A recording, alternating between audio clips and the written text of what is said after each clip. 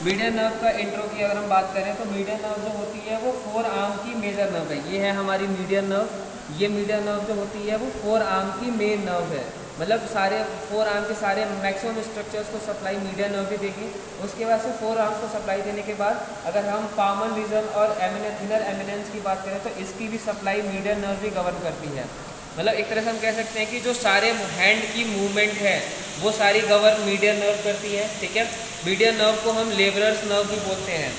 अब इसकी अगर हम ओरिजिन की बात करें तो मीडियन नर्व की ओरिजिन होती है फिफ्थ सर्वाइकल वर्टिब्री से लेकर फर्स्ट थोरैसिक वर्टिब्री के लेटरल और मीडियल कॉर्ड से जो रूट्स निकलती हैं और रूट से या फिर उनकी ब्रांचेस निकलती हैं नर्व फाइबर्स की, वहाँ वो एक्सिला के लोअर एक्सिला रीजन पे आके एक दूसरे से कंबाइन करके एक सिंगल ब्रांच बनाती हैं जिसको हम मीडियन नर्व कहते हैं। ये है लेटरल कॉर्ड की ब्रांच और ये है मीडियल कॉर्ड की ब्रांच जो कि फिफ्थ सर्वाइकल वर्टिब्रा और फिफ्थ सर्वाइकल वर्टिब्रा से फर्स्ट थोरैसिक वर्टिब्रा के बीच से आती हैं। अब अगर हम इसकी कोर्स ऑफ मूवमेंट की बात करें तो मीडियन नर्व जो होती है वो हमारी ब्रेकियल आर्टरी के मीडियली रन करती है। ब्रेकियल आर्टरी के मीडियली रन करने के बाद ये आती है इधर हमारे क्यूबाइटल फोसा में। क्यूबाइटल फोसा में जो आती है ये क्यूबाइटल फोसा का मीडियल कंटेंट बनाती है, मिडिल से पास करती है क्यूबाइटल फोसा के। ये हमारा इतना दूर क्यूबाइटल फोसा होता है, क्यूबाइटल फोसा की ये मिडिल से रन करती है।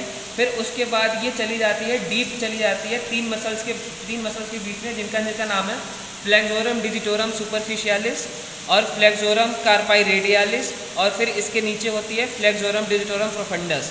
हम कह सकते हैं कि ये मीडियन नर्व जो होती है वो सैंडविच्ड होती है फ्लेक्सोरम डिजिटोरम सुपरफिशियालिस और फ्लेक्सोरम डिजिटोरम प्रोफंडस की। ये हमारी फ्लेक्सोरम डिजिटोरम प्रोफंडस मसल इनके बीच ये सैंडविच्ड होती है और ये फ्लेक्सोरम कार्पाई रेडियालिस में अटैच होते हैं।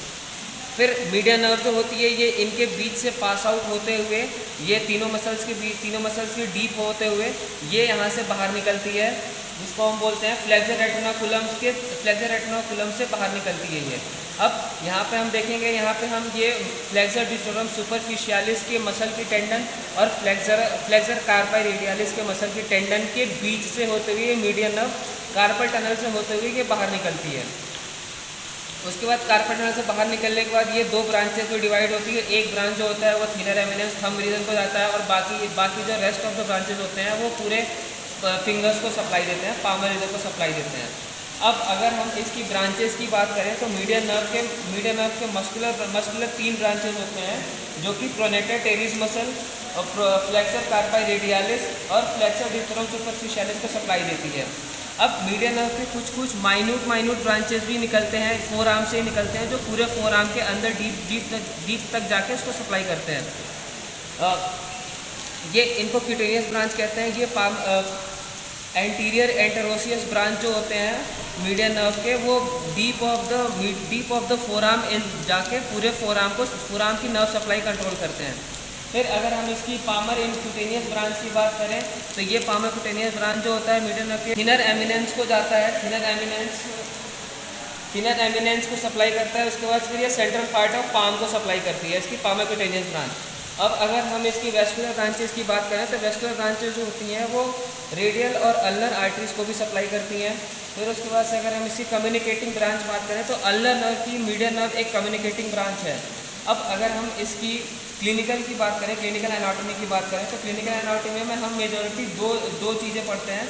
जो फर्स्ट है वो कार्पल टनल सिंड्रोम है। कार्पल टनल सिंड्रोम ये कार्पल टनल में डिफॉर्मिटी की वजह से मीडियन नर्व हिंडर हो जाती है अपने फंक्शन करने से। और दूसरा है कंप्लीट क्लॉ हैंड सिंड्रोम।